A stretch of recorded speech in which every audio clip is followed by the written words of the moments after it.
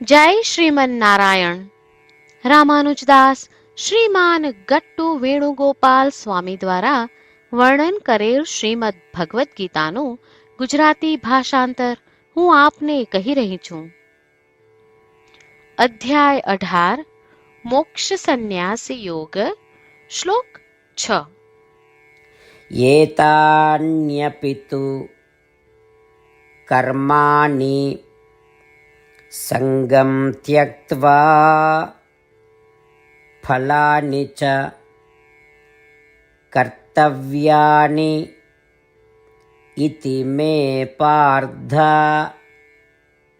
નિશ્ચિતમ મતમ ઉત્તમમ.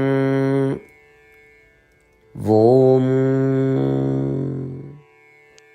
ગીતાચાર્ય શ્રી કૃષ્ણ પરમાત્મા અર્જુન સાથે આપણને બધાને મોક્ષ સંન્યાસ યોગ શીખવી રહ્યા છે.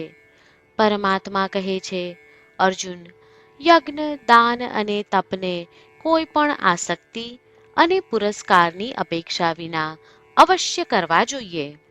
આ મારો શ્રેષ્ઠ અને નિશ્ચિત મત છે. આ પ્રમાણે શ્રી કૃષ્ણ પરમાત્મા સ્પષ્ટ કરી રહ્યા છે કે તેમનો દ્રઢ મત છે કે મનુષ્યએ નિયમિત પૂજાની સાથે સદૈવ યજ્ઞ, દાન અને તપને આસક્તિ અને પુરસ્કારની અપેક્ષા વિના કરવા જોઈએ. કારણ કે આ ત્રણ વૈદિક સંસ્કારો ભક્તને નિરંતર શુદ્ધ કરતા રહે છે. તેથી ચાલો આપણે શ્રીમન નારાયણની ઉપાસના સ્વરૂપે યજ્ઞ, દાન અને ધ્યાન કરતા રહીએ, જેનાથી આપણા ભૂતકાળના કર્મોના પ્રભાવને નષ્ટ કરી સ્વયંને શુદ્ધ કરી શકીએ. શ્રીમન નારાયણની પ્રાપ્તિને આપણા જીવનનું ધ્યેય બનાવતા અને માત્ર શ્રીમન નારાયણનું શરણ લેતા ચાલો આપણે બધા શ્રી કૃષ્ણ પરમાત્માના શબ્દોનું આ શ્લોક સ્વરૂપે પુનરાવર્તન કરીએ. એતાન્યપિ તુ કર્માણિ સંગમ ત્યક્ત્વા ફલાનિ ચ કર્તવ્યાનિતિ મે પાર્થ નિશ્ચિતમ મતમુત્તમમ. શ્રી કૃષ્ણ પરમાત્માએ આખી ભગવદ્ ગીતાનો સાર અધ્યાય 18ના શ્લોક 65 થી 70માં 8 ઉપદેશ દ્વારા કહ્યો છે. શ્રી કૃષ્ણ કહે છે, જે મારા આ 8 ઉપદેશ અનુસરે છે તે મને પ્રિય છે. એ સર્વે ભક્તોનું હું બધી જ રીતે રક્ષણ કરીશ. શ્રી કૃષ્ણ પરમાત્મા પાસેથી આખી ભગવદ્ ગીતા સાંભળ્યા પછી અર્જુન કહે છે, કરીશ્યે વચનમ તવ. એટલે, કૃષ્ણ, હું તમારી આજ્ઞાનું પાલન કરીશ. તમે કહો છો એમ કરીશ. અને આથી જ શ્રી કૃષ્ણએ દરેક પ્રકારના યશ અને વિજય અર્જુનને આપ્યા છે. તો ચાલો આપણે પણ પરમાત્માને 8 વાતો પાળવાનું વચન આપીએ. પરમાત્માને આપેલા વચનથી મોટી કોઈ પૂજા, તપ કે યજ્ઞ નથી. 8 પ્રતિજ્ઞાઓ જે આપણે લેવી જોઈએ તે હું હવે કહું છું. આપ સૌ પણ એનો મન અને હૃદયથી વિચાર કરો. આ રીતે શ્રી કૃષ્ણને વચન આપતી વખતે આપણે સૌ શ્રી કૃષ્ણની હસતી મુખમુદ્રાનો મનમાં વિચાર કરીએ અને પરમ આનંદનો અનુભવ કરીએ. જય શ્રીમન નારાયણ. આપણા 8 વચનો આ પ્રમાણે છે. આપણું પહેલું વચન, હે શ્રીમન નારાયણ, તમારા ઉપદેશ પ્રમાણે હું હંમેશા તમારું ધ્યાન અને ચિંતન કરીશ. આપણું બીજું વચન, હે શ્રીમન નારાયણ, તમે કહ્યું છે તેમ હું સદાય તમારી ભક્ત રહીશ. આપણું ત્રીજું વચન, હે શ્રીમન નારાયણ, હું મારા કર્મો તમને સંતોષ થાય તેમ અને તમારી સેવા માટે કરીશ.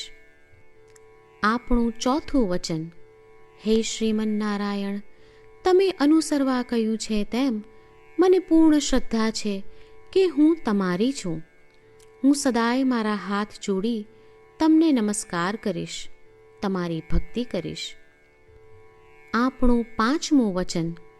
હે શ્રીમન્નારાયણ, હું તમારા શબ્દો યાદ કરું છું.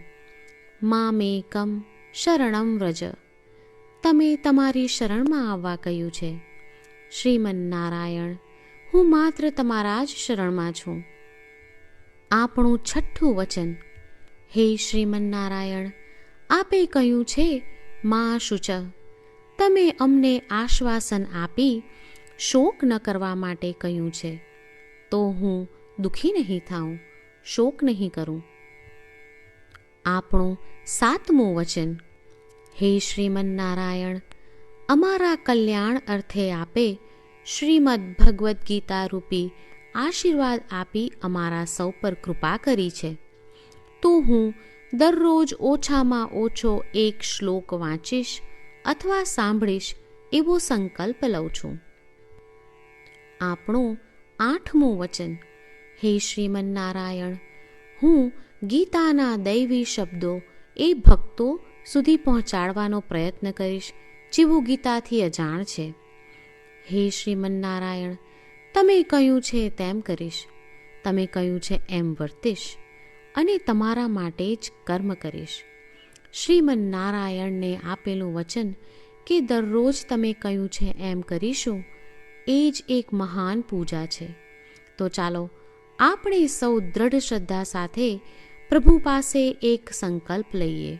શ્રીમન્નારાયણ, કરીશ્યે વચનમ તવ. શ્રીમન્નારાયણ, હું તમારી આજ્ઞાનું પાલન કરીશ. સર્વમ શ્રી કૃષ્ણાર્પણમસ્તુ. જય શ્રીમન્નારાયણ. એતાન્યપિ તુ કર્માણિ સંગમ ત્યક્ત્વા ફલાનિ ચ કર્તવ્યાનિ ઇતિ મે પાર્થ નિશ્ચિતમ મતમ ઉત્તમમ. ઓમ. એતાન્યપિ તુ કર્માણિ સંગમ ત્યક્ત્વા ફલાનિ ચ કર્તવ્યાનિતિ મે પાર્થ નિશ્ચિતમ મતમુત્તમમ. જય શ્રીમન્નારાયણ. તમામ ભક્તોને ખાસ વિનંતી. આપણા જીવનની દરેક બાબતોમાં આપણે તાત્કાલિક અને અસરકારક પરિણામો ઈચ્છીએ છીએ. આ પ્રાપ્ત કરવા માટે ચાલો દરરોજ 1 મિનિટ ફાળવીએ અને નારાયણાસ્ત્રમ વાંચીએ. નારાયણાસ્ત્રમ મેળવવા માટે તેની વેબસાઇટ જે www.narayanaastram.org છે તેના પર જાઓ અને રજિસ્ટ્રેશનમાં તમારું નામ અને ઈમેલ આપો. તમે આપેલા ઈમેલ પર તમને નારાયણાસ્ત્રમ PDF પ્રાપ્ત થશે. PDFમાં રામાયણનો 1 શ્લોક, ગીતાનો 1 શ્લોક અને 1 વિષ્ણુ નામ છે. આ 3ને નારાયણાસ્ત્રમ કહેવામાં આવે છે. દરેક વ્યક્તિને આ શ્લોકોનું અલગ અલગ સંયોજન પ્રાપ્ત થાય છે. જ્યારે દરેક વ્યક્તિ 24,000 ભક્તો સાથે તેમના નારાયણાસ્ત્રમને દરરોજ વાંચે છે અથવા સાંભળે છે, ત્યારે સમગ્ર રામાયણનું 1 વાર પારાયણ, શ્રીમદ્ ભગવદ્ ગીતાનું 33 વાર પારાયણ અને વિષ્ણુ સહસ્ત્ર નામનું 24 વાર પારાયણ રોજ પૂર્ણ થાય છે. આ એક અદ્ભુત અને અસાધારણ પરિણામ છે. તેથી તમે અને તમારા પરિવારના સભ્યો તરત જ વેબસાઇટ પર જાઓ અને તમારું નારાયણાસ્ત્રમ મેળવો. જય શ્રીમન્નારાયણ.